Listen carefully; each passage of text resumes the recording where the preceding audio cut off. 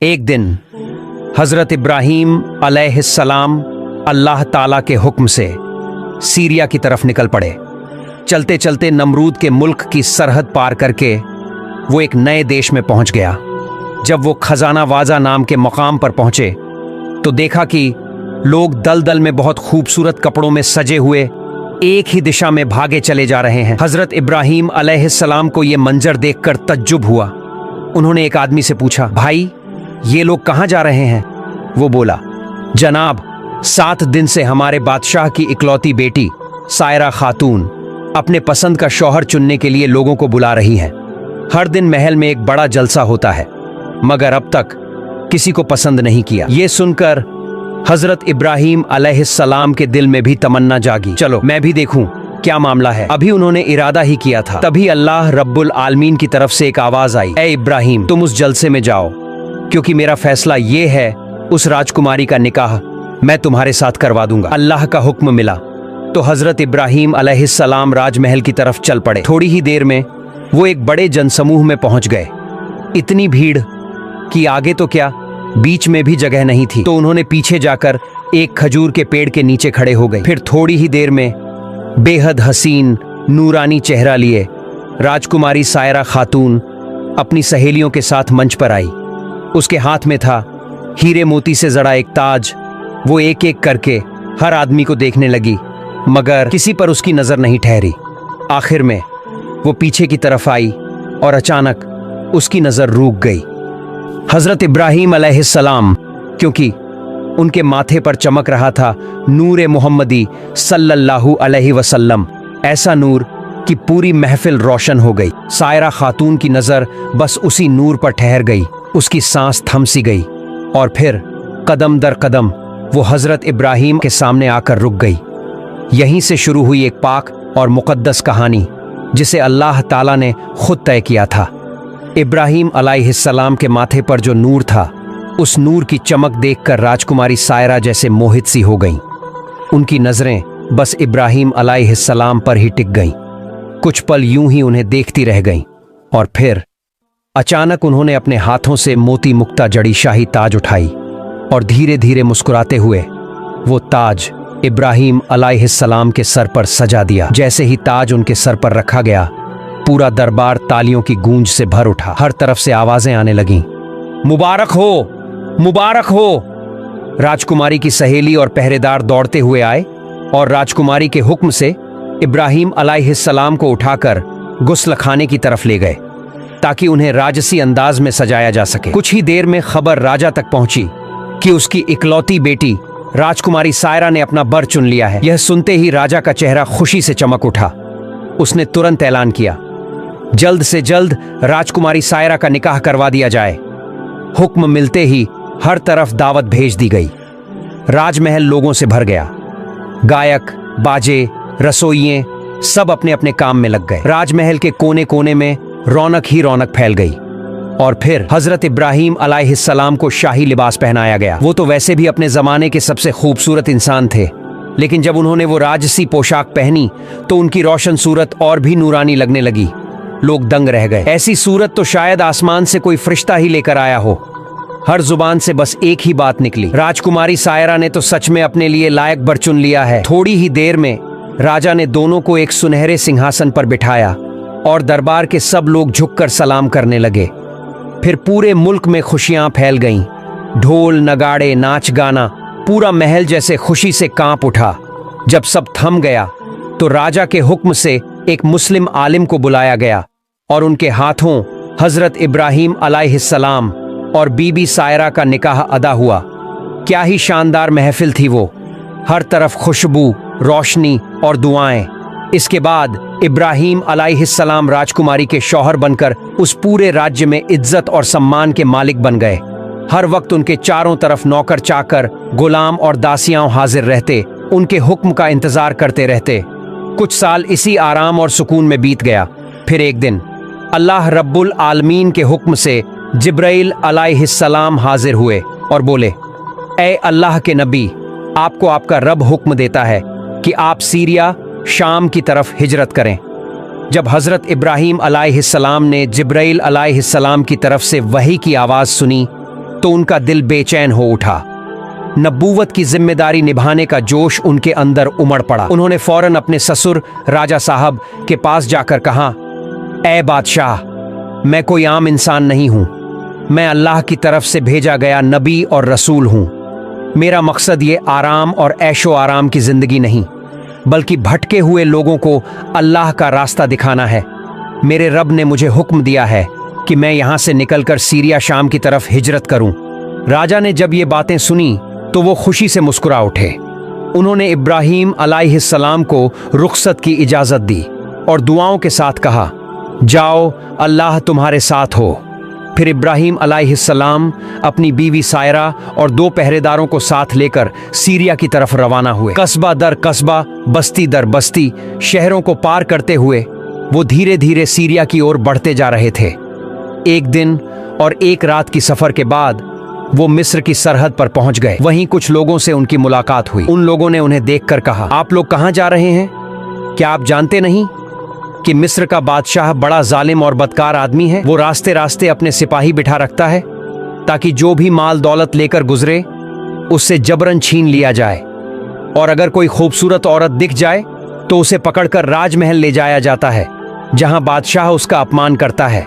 इसलिए आप लोग मिस्र में मत जाइए, अपना रास्ता बदल लीजिए। यह सुनकर हजरत इब्राहीम अलैहिस्सलाम बहुत चिंता में पड़ गए। उन्होंने सिर झुका लिया और अल्लाह के सामने फरियाद करने लगे, ऐ मेरे रब, अब मैं क्या करूं? तभी अल्लाह फरमाया, ऐ इब्राहीम, मेरे हुक्म से मिस्र का रास्ता अख्तियार करो। सीरिया जाने का यही रास्ता है। हजरत इब्राहीम अलैहिस्सलाम ने अल्लाह का हुक्म सुना और भरोसे के साथ मिस्र की तरफ चल पड़े। रास्ते में कुछ दूरी तय करने के बाद उन्होंने एक तदबीर सोची, क्योंकि अब उन्हें मालूम था कि मिस्र का बादशाह बदनीयत इंसान है और उसके लोग लुटेरे हैं। उन्होंने अपनी बीबी सायरा को एक लकड़ी के संदूक में बिठाया और उसे अपने सर पर रखकर चलने लगे। लेकिन कुछ दूर जाने पर अचानक कुछ पहरेदारों ने उन्हें रोक लिया। उन्होंने कहा, रुको, तुम्हारे पास जो कुछ है सब हमारे हवाले कर दो, और ये बक्सा, इसमें क्या है? हमें इसे देखना होगा। हजरत इब्राहीम अलैहिस्सलाम ने विनम्रता से कहा, मेरे पास जितनी भी दौलत है सब ले लो, मगर इस बक्से को मत खोलो। लेकिन पहरेदारों ने उनकी बात का जरा भी परवाह नहीं की। उन्होंने बक्सा छीन लिया और जोर से उसका ढक्कन खोल दिया। जब पहरेदारों ने वो बक्सा खोला तो सबकी आंखें फटी की फटी रह गईं, क्योंकि अंदर बैठी थीं एक खूबसूरत हसीन औरत। वो थीं बीबी सायरा। वो उस जमाने की सबसे खूबसूरत और पाक दामन औरत थीं। पहरेदारों ने जैसे ही उनकी सूरत देखी, हर कोई रुक गया, हैरान हो गया, और फिर शुरू हो गया एक अजीब मुकाबला। हर कोई चाहता था मैं ही इस हसीना को बादशाह के सामने पेश करूं ताकि इनाम मुझे मिले, क्योंकि उस वक्त मिस्र के बादशाह का हुक्म था, जो उसे खुश कर देगा उसे सोना चांदी और दौलत इनाम दिया जाएगा। इसलिए पहरेदारों के बीच खींचतान शुरू हो गई। हर कोई सायरा को पकड़कर अपनी तरफ खींच रहा था और सभी मिलकर बेबी सायरा को लेकर धीरे धीरे राजमहल की तरफ चल पड़े। हजरत इब्राहीम अलैहिस्सलाम और उनके पहरेदार बेबस नजरों से सब कुछ देखते हुए उनके पीछे चल पड़े। थोड़ी देर में वो राज दरबार पहुंच गए और पहरेदारों ने बीबी सायरा को राजा के सामने पेश कर दिया। राजा ने जब बीबी सायरा को देखा तो उसकी आंखें ठहर ही गईं और बोला, वाह क्या हसीना है। फिर उसने पहरेदारों को बड़ा इनाम दिया। उसने हजरत इब्राहीम अलैहिस्सलाम की तरफ देखकर पूछा, ए अजनबी, ये औरत तुम्हारे साथ क्या लगती है? हजरत इब्राहीम अलैहिस्सलाम ने सुकून भरे लहजे में जवाब दिया, वो मेरी बीवी है। राजा का चेहरा बदल गया। वो बोला, अपनी बीवी को मेरे हवाले कर दो। इब्राहीम अलैहिस्सलाम ने कहा, ये मेरे बस में नहीं। राजा चिल्लाकर कहा, अब तुम्हारी राय की कोई जरूरत नहीं, वो अब मेरी होगी और हमेशा मेरे पास रहेगी। इतना कहकर उसने अपने दास दासियों को हुक्म दिया, इस औरत को नहलाओ, इत्र और खुशबू से महकाओ, शाही लिबास पहनाओ और उसे मेरे कमरे में ले जाकर बिस्तर पर बिठा दो। दास दासियाओं ने बीबी सायरा को अंदर ले जाकर बहुत सजा धजा दिया और फिर उसे राजा के कमरे में सजाकर बिठा दिया। उस वक्त हजरत इब्राहीम अलैहिस्सलाम दरबार के एक कोने में बैठकर अल्लाह के सामने दुआ कर रहे थे, ऐ मेरे रब, मेरी बीवी की इज्जत की हिफाजत फरमा। अल्लाह ताला ने अपनी रहमत से उनके सामने से पर्दा उठा दिया ताकि वो दूर बैठकर भी सब कुछ साफ देख सकें कि उनके साथ क्या हो रहा है। जब बीबी सायरा को सजाकर राजा के कमरे में बिठाया गया तो राजा धीरे धीरे कमरे की तरफ चल पड़े। उसने कमरे में दाखिल होकर सायरा को देखा और कहा, आओ ए हसीना, मेरे पास आओ। इतनी खूबसूरत औरत मैंने अपनी जिंदगी में कभी नहीं देखी। आज तुम मेरी हो, मैं खुशनसीब हूं कि तुम्हें पाया।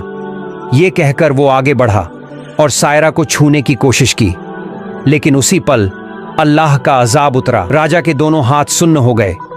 वो कांपने लगा, पीछे हट गया। चेहरे पर खौफ और दर्द साफ झलकने लगा। वो बोला, ए पाक औरत, मुझे माफ कर दो, मुझ पर रहम करो।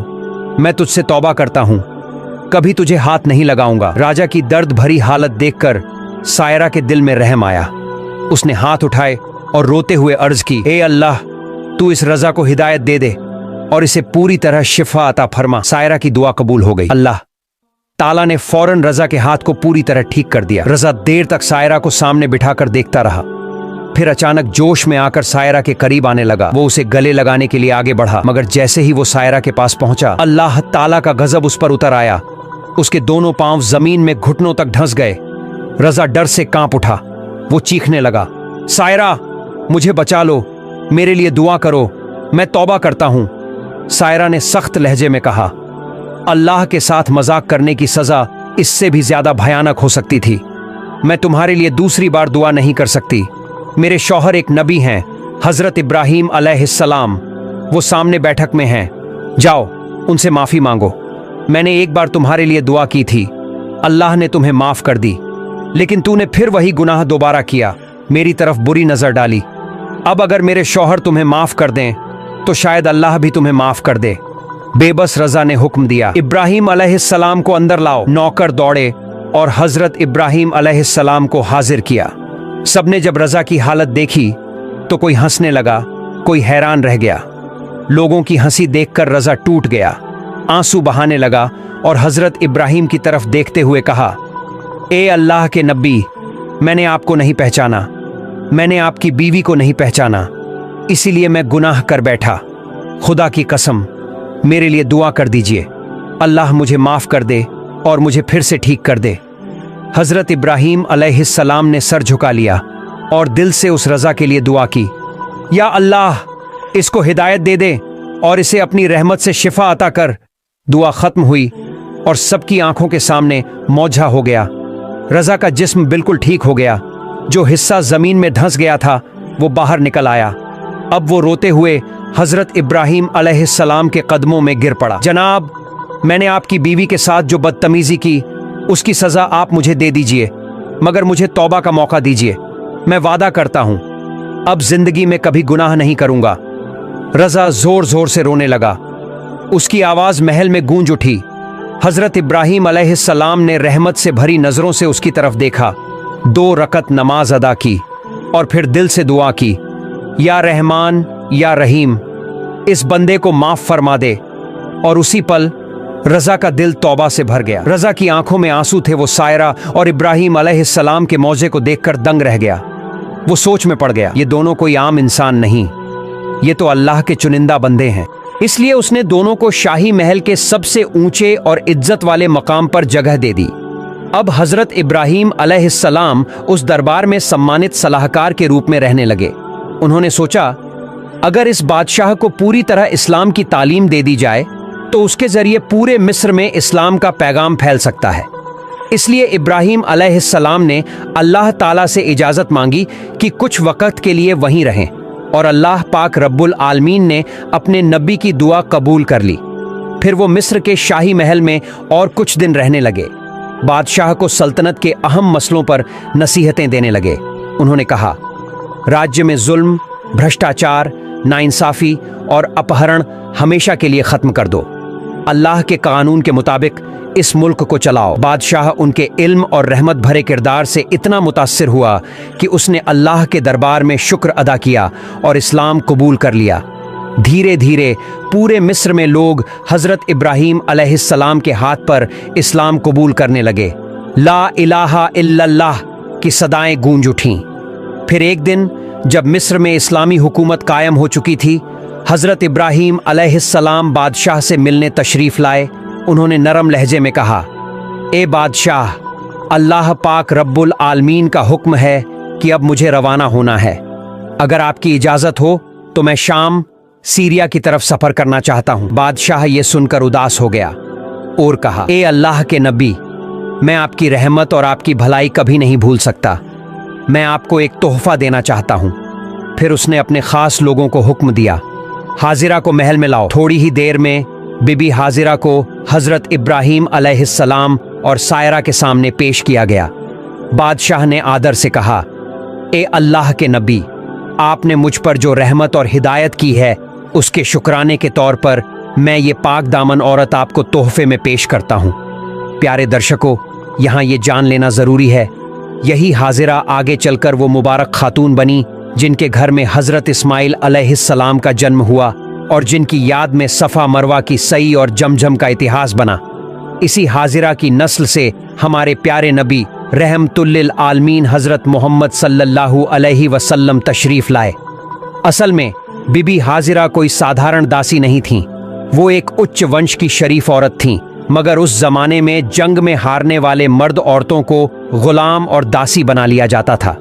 किसी जंग में जब उनके कबीले को शिकस्त हुई तो हाजिरा और उनके लोग कैद होकर मिस्र के बादशाह के कब्जे में आ गए और वहीं से अल्लाह की मशीयत से वो नबी की अजीज बीवी बनी और इस्लाम के इतिहास में अमर हो गईं। और इसी तरह उस सिलसिले में हाजिरा ने अपनी आज़ादी खो दी और वो एक बांदी के रूप में जानी जाने लगी। इसके बाद हजरत इब्राहीम अलैहिस्सलाम ने हाजिरा को बतौर तोहफा स्वीकार किया। फिर उन्होंने बादशाह से एक इल्तिजा की।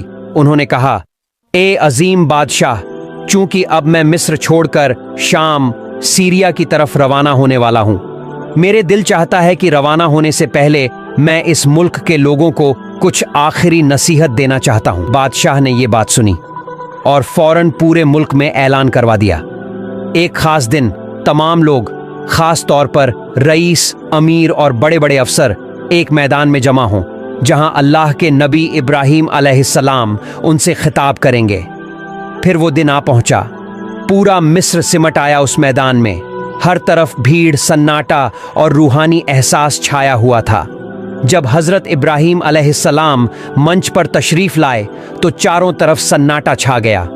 उन्होंने अपना हाथ आसमान की तरफ उठाया और बोले, ऐ लोगो, अल्लाह ताला से डर कर रहो।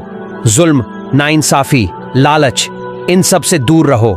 अल्लाह ही सब कुछ देने वाला है, उसी पर भरोसा रखो।